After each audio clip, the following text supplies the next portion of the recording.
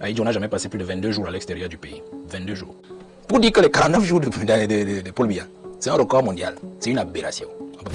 Moi, je n'ai jamais entendu que Biya a pris un congé. Moi, je n'ai jamais entendu. Pourtant, Aïdjo, on savait quand il avait pris un congé. C'est un mec qui sort, on vous dit court séjour, le court séjour devient 4,49, ainsi de suite. Et puis, on se retrouve dans ce genre de choses.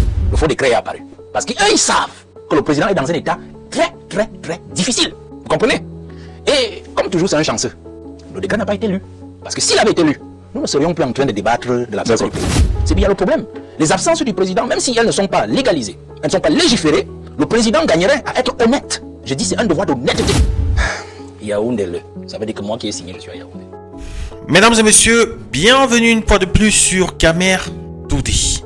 Laissez un commentaire si ça vous intéresse, likez et n'oubliez surtout pas de vous abonner si ce n'est pas encore fait. Valère Bessala. Valère Bessala nous revient encore et encore avec tout un tas d'informations sur l'affaire. Où va le Cameroun? Il a passé des années et des années, pour ne pas dire des décennies de sa vie, à étudier le Cameroun profond. Le Cameroun profond et ses dirigeants.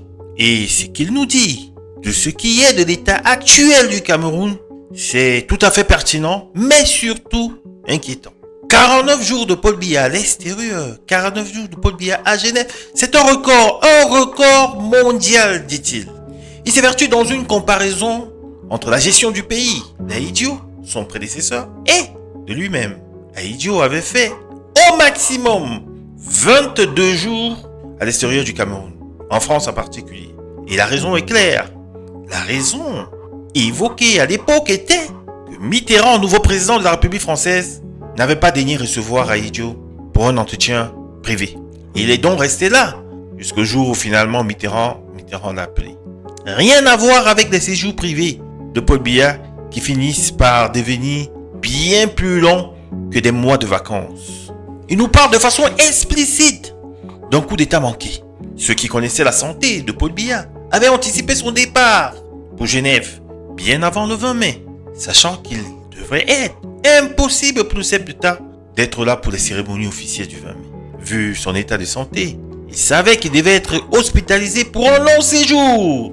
L'obligation de nommer un vice-président apparaissait tout à fait logique. Mais Paul Biya a très vite compris le stratagème et a décidé de rester au pays jusqu'à la fin des cérémonies. Mais une fois parti, vous avez vu, le faux décret, la tentative de faire passer un décret qui nommait un vice-président.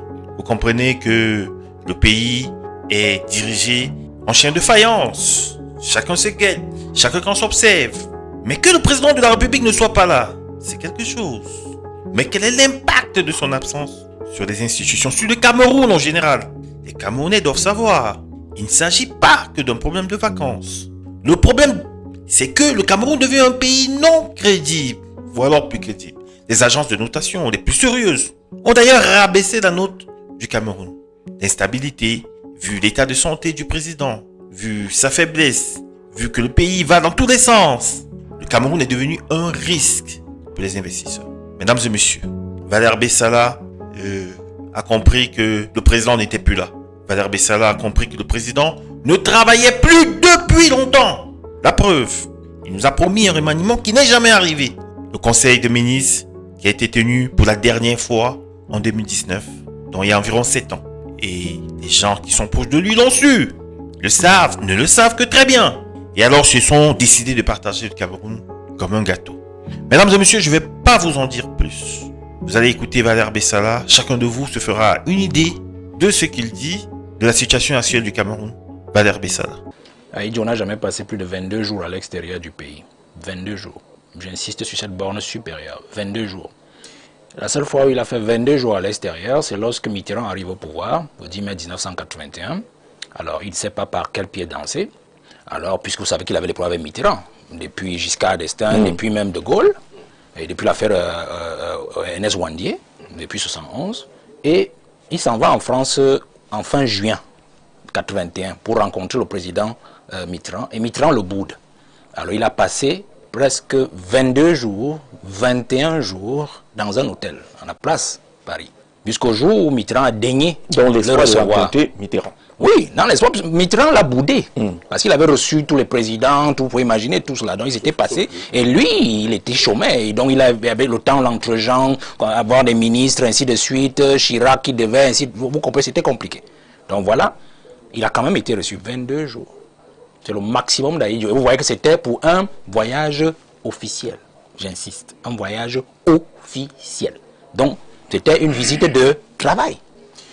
Il a fait 15 jours en 82. Je crois quand il revient pour dire aux Camerounais, c'est bon pour moi, je démissionne, je vous laisse à Ahidjo. Parce que c'était un séjour de maladie. Je vous laisse pour le bien. Là, je vous laisse pour le bien, merci. C'est un séjour privé. Il sortait d'un séjour privé en France. 15 jours. Lorsqu'Ahidjo prenait ses congés, c'était un mois. C'était un mois.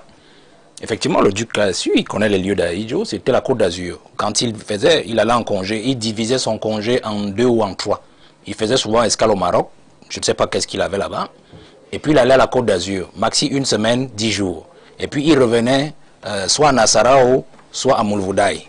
Voilà comment il fonctionnait, le président Ahidjo. Il pouvait aller en Gaoundéré puisqu'il avait un grand cheptel là-bas, je crois dans le Pétinière. Voilà comment il répartissait son congé.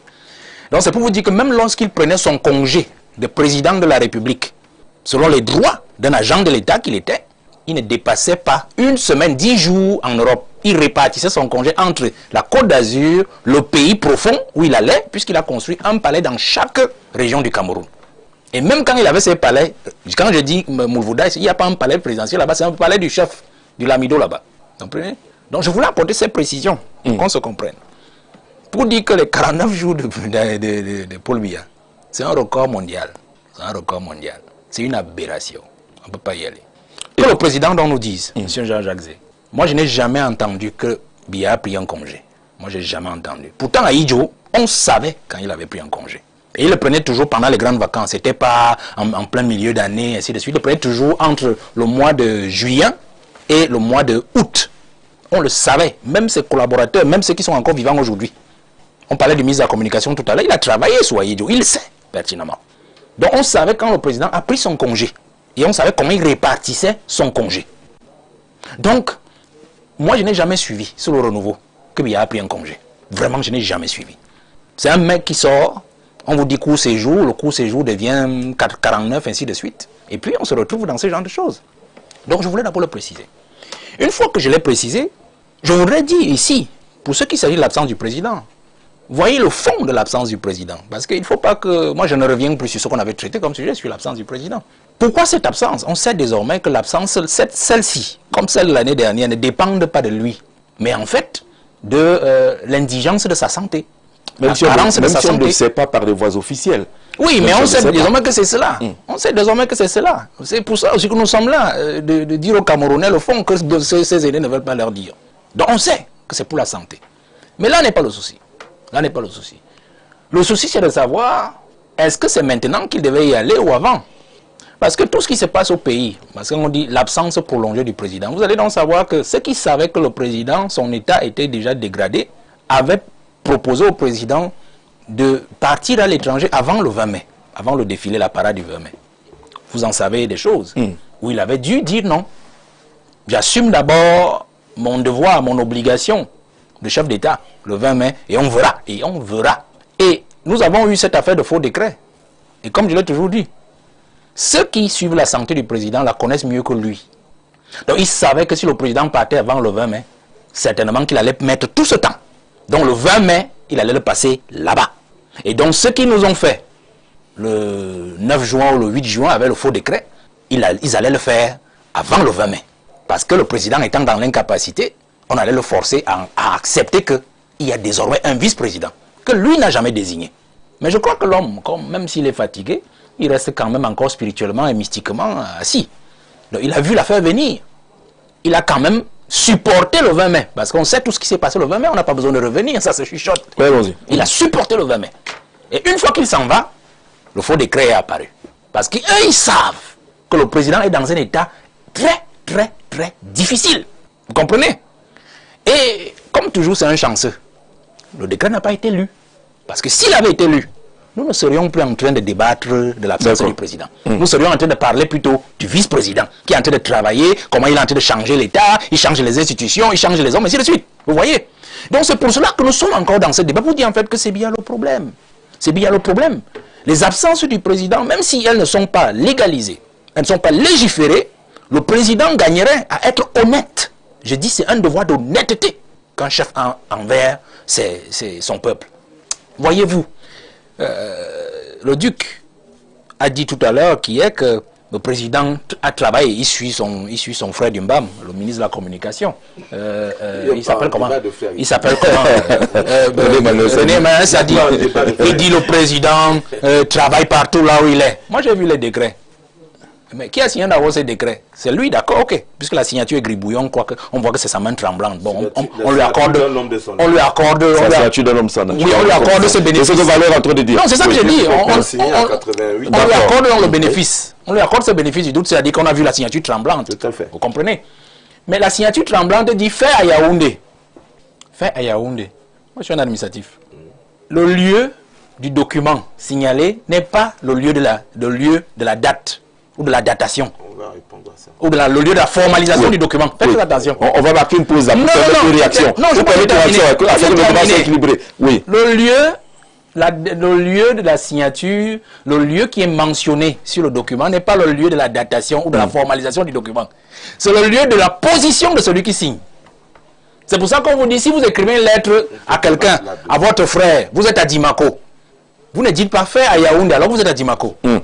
Vous dites Yaoundé ou Dimako. Donc il y en a beaucoup qui veulent rapidement. Yaoundé, ça veut dire que moi qui ai signé, je suis à Yaoundé. Aussi simple que ça. Ce n'est pas parce que vous avez mis la date à Yaoundé, j'ai signé à Genève, qu'on va mettre Yaoundé. Voilà ce que moi j'ai simplement dit. D'accord. Maintenant, je crois que quand j'ai balancé cela, suivez toujours le fond de ma pensée. Je crois que ceux qui se sont empressés de reprendre la parole pour faire les parenthèses n'ont pas vu là où ce que je voulais faire. Je voulais seulement leur dire que voilà, ils ont confirmé que le président, en fait, c'est lui le Cameroun. Ils viennent de confirmer que le président, c'est le Cameroun. Ça veut dire que quand lui part à Genève, c'est le Cameroun qui est à Genève. Donc Yaoundé est à Genève, Etoudie est à Genève.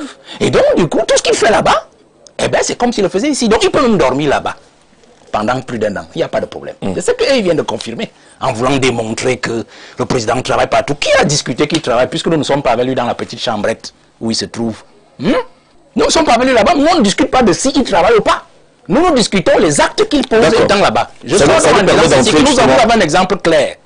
Souvenez-vous, et Soulé l'a rappelé sibylinement, M. Sanga Nyamding a été radié du parti par un acte du président alors que le président était à Genève.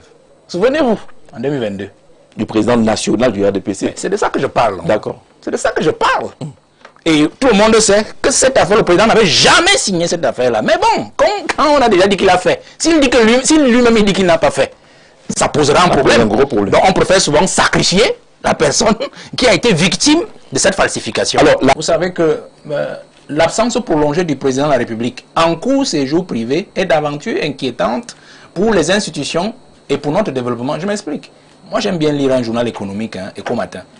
Éco-Matin vous informe la semaine dernière que il y a une agence de notation, je crois qu'il y a qu'en a évoqué une, qui a dégradé la note du Cameroun de A à B, je crois un truc comme ça. Et qui dit la raison principale, c'est l'état de santé du président. Et les nouvelles toujours inquiétantes du président. Ajoutez donc l'absence. Puisque si on sait que notre président est déjà âgé, et que justement son état de santé est un peu à chaque instant, alors ces agences de notation justement donnent une information, donnent des feux verts, rouges ou oranges aux opérateurs économiques internationaux pour dire, quand vous irez investir au Cameroun, sachez que le président est déjà âgé. Quand vous irez mettre votre argent là-bas pour investir, rassurez-vous que, vous serez remboursé. Ou alors, si comme il est âgé, si le pouvoir n'est pas réglementé, du moins la succession n'est pas réglementée, qu'il y a guerre ou conflit, vous aurez des difficultés à rentrer dans vos fonds. Finish, c'est que le Cameroun aujourd'hui, notre ministre des Finances, qui est un emprunteur devant Dieu l'Éternel, patenté, ne peut emprunter à l'international qu'à des taux usuraires, plus de 10%. Regardez seulement tous les emprunts qu'il fallait extérieur, parce qu'en fait, le Cameroun est un risque, un mauvais risque pour les opérateurs. Pour le Cameroun est un mauvais risque. Selon cette agence de notation. Et qui sont ce n'est pas seulement une seule agence. Donc le Cameroun est un mauvais risque pour les investisseurs. Vous comprenez? Parce qu'il y a comme cette épée de Damoclès qui pend en permanence sur nos têtes, sur notre avenir, l'avenir politique du pays, de celui qui décide au sommet. Je voudrais sortir pour dire que les absences du président, quand vous dites même que court séjour privé qui est devenu long, moi je dis même que, bon, disons même qu'il allait se passer, qui disait tout à l'heure, il est allé se reposer, d'accord. Mais il travaille. Oui, il travaille, accordons ça au président. Il a le droit d'être malade. Il a travaillé, étant au Cameroun, depuis qu'il a repris le 6 novembre, il a travaillé quoi? Ah bon? Nous savons que après l'élection présidentielle, il y a un gouvernement. Il y a un gouvernement que lui-même, c'est la tradition que lui-même a prise. 1, il n'y a pas eu de gouvernement. Le 2, il a promis lui-même le 31 décembre un gouvernement dans les tout prochains jours. Bon, ils vont aussi nous dire que les tout prochains jours, ça peut être 10 ans. Il n'y a pas de problème. Mais il a donc travaillé quand? Voilà sous lequel vous rappelez que le Conseil supérieur de la magistrature, le dernier date de, je crois, 2019. 2019. 8 ans. On vient d'en nommer des membres permanents. 8 ans. Simplement. Il n'y a pas de Conseil supérieur de la magistrature. Mais les magistrats sont dans les quartiers, les jeunes sont dans les quartiers, ils sont dans les business à tout finir dans les quartiers. Imaginez des magistrats. Quand vous allez donc leur demander d'aller s'asseoir dans un, comment dire, dans les juridictions, ils auront déjà pris des mauvais plaies au quartier de businessmen. Et ils ont fait le business dans les tribunaux. Vous comprenez? D'accord. Ça, c'est une affaire. Vous avez donc des choses comme ça. Le président va travailler quand? Je sors donc en disant que quels sont ces investisseurs? Parce qu'ils nous disent que non, il reçoit les investisseurs à Genève, il reçoit ceci. Ben d'accord, il reçoit les investisseurs. Donc c'est notre président, toute une institution qui doit aller vers les investisseurs. Il doit aller vers les individus alors que c'est eux qui doivent venir. Ce n'est pas non plus le cas. On sait qu'il a eu à conduire des opérations vers les investisseurs. En Turquie, il y a de cela quelques années. En Chine, chaque fois qu'il est en déplacement, c'est le meilleur agent commercial de votre pays. Ce n'est pas parce que le président qu'on va pas chercher les investisseurs. Est-ce que je peux parler? Je crois que vous voulez seulement l'enfoncer. Non, on va l'enfoncer. Il est allé en Turquie, à la Russie la fois dernière avec des opérateurs économiques camerounais. Il est rentré avec Walou Contrat. Tout le monde le sait. Walou contre Chine. Walou, non, il n'y avait rien là-bas. Donc je veux vous dire une chose, c'est qu'on ne peut pas nous dire que le président va en court séjour privé. S'il allait rencontrer des investisseurs, ce n'est pas dans un court séjour privé. D'accord. Justement, on est sur les conséquences et on passe à la seconde thématique. La raison pour laquelle on vous interrompt, c'est que le président de la République, lorsqu'il sort, si on dit court séjour privé, que ce soit vraiment court. D'accord. Si on dit qu'il allait travailler, qu'on nous disait qu'il est en train de travailler, parce que ce qu'ils sont en train de faire, le duc et le recteur, c'est qu'ils sont en train de vouloir appuyer les aînés sur cette logique-là, du silence du président à l'extérieur. Merci. Parce qu'en fait, nous, j'ai terminé. En fait, de nous habituer à une absence silencieuse. Merci, docteur. Alors, c'est ça. Le président est allé en Suisse une fois, il est allé négocier des armes pour le Cameroun.